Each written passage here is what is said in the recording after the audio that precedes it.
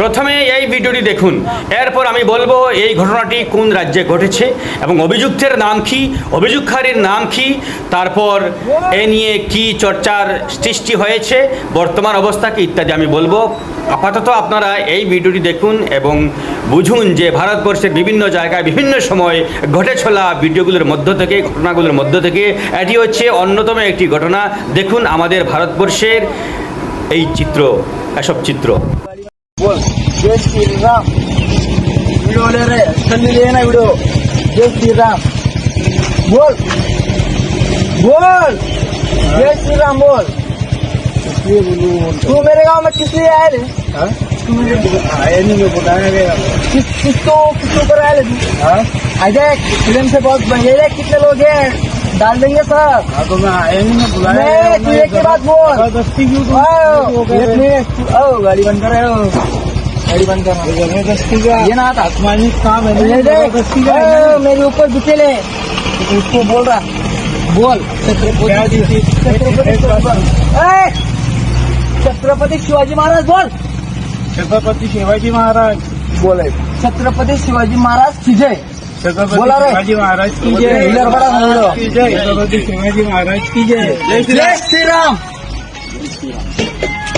जय श्री राम जय श्री राम जोर से जय श्री राम हाथ ऊपर कर जय श्री राम सीताराम जय सीताराम हाँ। ঘটনাটি ঘটেছে মহারাষ্ট্রের জলগাঁও জেলায়। ইমাম হাফেজ কাশিম আলী নামের ওই ইমাম, যার বাড়ি হচ্ছে জলগাঁও জেলার মারুল গ্রামে, তিনি নিকটবর্তী পারোলা গ্রামে ইমামতি করেন। ওই দিন তিনি ইমামতি করার জন্য পারোলা গ্রামে যাচ্ছিলেন।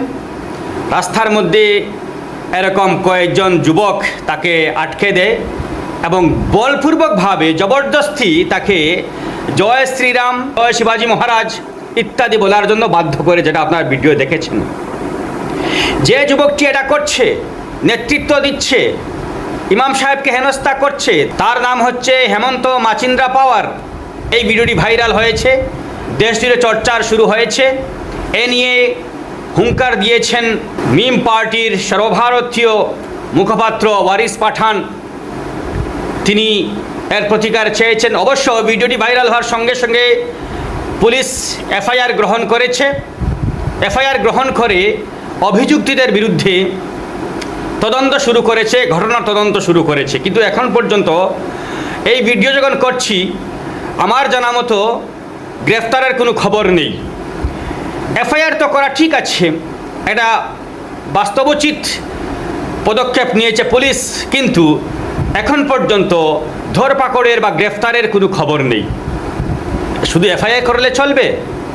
বিভিন্ন জায়গায় ঘটেছে এরকম ঘটনা। যদি দোষীদের বিরুদ্ধে দৃষ্টান্তমূলক ব্যবস্থা গ্রহণ না করা হয়, তাহলে এটা রোধ করা যাবে না এবং ঘটে চলেছে, এটা আপনারা জানেন। এবং এই নিয়ে এবার দেখুন ওয়ারিস পাঠান কি বলছেন, শুনুন ওয়ারিস পাঠানের বক্তব্য।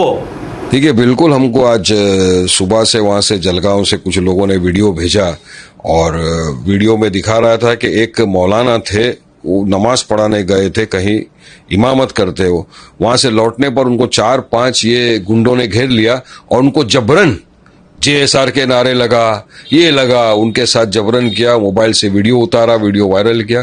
तो हमने कहा ठीक है, आप लोग चलिए, वहां पे एफआईआर किया। हमने भी वरिष्ठों से बात की और अभी उन गुंडों के ऊपर एफआईआर हो चुका है। हमारी लेकिन सरकार से ये मांग है कि महाराष्ट्र में ये बढ़ता जा रहा है, इसको रोकना अगर है आपको तो फौरी तौर से, एफआईआर तो हो चुका है, इनको फौरी तौर से अरेस्ट करिए, कड़क से कड़क सजा दिए, इनका केस फास्ट ट्रैक कोर्ट में चलाकर इनको सजा दिए, तब हमको लगेगा कि इंसाफ होगा। वरना तो आपने एफआईआर कर लिया, अभी जांच चालू है, अरे ऐसा थोड़ी होगा। एफआईआर क्या है, बिल्कुल अच्छा है, लेकिन आप उनको अरेस्ट करिए और सख्त उनको सजा दीजिए, तब जाके पीड़ित को भी इंसाफ मिलेगा और महाराष्ट्र के अंदर भी एक मैसेज जाएगा कि हाँ, सरकार पूरी तरह से पुलिस सक्षम है ऐसे लोगों को रोकने के लिए। वरना तो आए दिन गुंडागिरी बढ़ रही जा रही है। किसने आपको अधिकार दिया? किसी को भी आप नारे लगाएंगे इस तरह, जबरन नारेबाजी करवाएंगे? जहां आपको दाढ़ी टोपी वाला दिख गया तो आप दिखा देंगे क्या उनको? पूरे झुंड में आके को घेर के आप गाली गलौज करेंगे? ये सरासर गलत है। পুলিশ এখন পর্যন্ত অভিযুক্তদের বা যাদের বিরুদ্ধে অভিযোগ আনা হয়েছে তাদের গ্রেফতার না করলেও প্রধান অভিযুক্ত হেমেন্দ্র মাছিন্দ্র পাওয়ার সে কিন্তু সোশ্যাল মিডিয়ায় এসে ক্ষমা চেয়েছে। আপনারা হয়তো লক্ষ্য করে থাকবেন যে সে যখন এই ঘটনাটি ঘটায় তখন তাকে কিন্তু প্রকৃতিস্থ বলে মনে হয়নি। সম্ভবত সে তখন তার মাথা ঠিক ছিল না, হয়তো কোনো ধরনের জলীয় পদার্থ সে হয়তো পান করেছিল, যার কারণে তার কথাবার্তার মধ্যে কিছুটা অসংলগ্নতা প্রকাশ পেয়েছে। কিন্তু সে পরে বুঝতে পেরেছে বা কোনো ধরনের চাপের মধ্যে পড়ে সে ক্ষমা চেয়েছে। তার এই ক্ষমার ভিডিও দেখুন, মারাঠি ভাষায় সম্ভবত সে ক্ষমা চাইছে, এই ঘটনার জন্য সে অনুতপ্ত হয়েছে। কিন্তু এটাই কি যথেষ্ট? দেখুন। माझं नाव हेमंत मच्छिंद्र पवार, राहणार तामसवाडी तालुका पारोळा जिल्हा जळगाव. सकाळी 6 वाजता माझ्याकडून मुस्लिम समाजाच्या विषयी माझ्याकडून चुकी झाली, बोललं गेलं. मला या बोलल्याबद्दल माफ करा. त्याच्यापुढे मी काही बोलणार नाही. मौलाना आणि मुस्लिम समाज यांच्याबद्दल मी नवीन काही बोलणार नाही. मला माफ करा. এবার আমার বক্তব্য হলো, শুধু ক্ষমা চাইলেই কি হবে? ক্ষমা চাওয়াই কি যথেষ্ট? একজন মানুষকে হেনস্থা করে, তাকে অপমান করে, তার ধর্মকে আঘাত দিয়ে, তার ভাবাবেগে আঘাত দিয়ে তারপর সেটা ক্ষমা চাইলাম, সেটা হয়ে যাবে? এরকম যদি কোনো মানুষ অন্য ধর্মাবলম্বী সংখ্যালঘু সম্প্রদায়ের কেউ যদি করতো, তাহলে কি পুলিশ বসে থাকতো? এরকম দেশে আইন আছে, সংবিধান আছে, আমরা এখনও সংবিধানের উপর ভরসা করি, আইনের প্রতি আমাদের আস্থা রয়েছে। আমরা চাই দোষীদের দৃষ্টান্তমূলক শাস্তি দেওয়া হোক এবং এরকম ঘটনা যাতে দ্বিতীয়বার না ঘটে সেটা যেন নিশ্চিত করা হয়। আপনি এই ঘটনা সম্পর্কে মতামত জানাতে পারেন। ধন্যবাদ।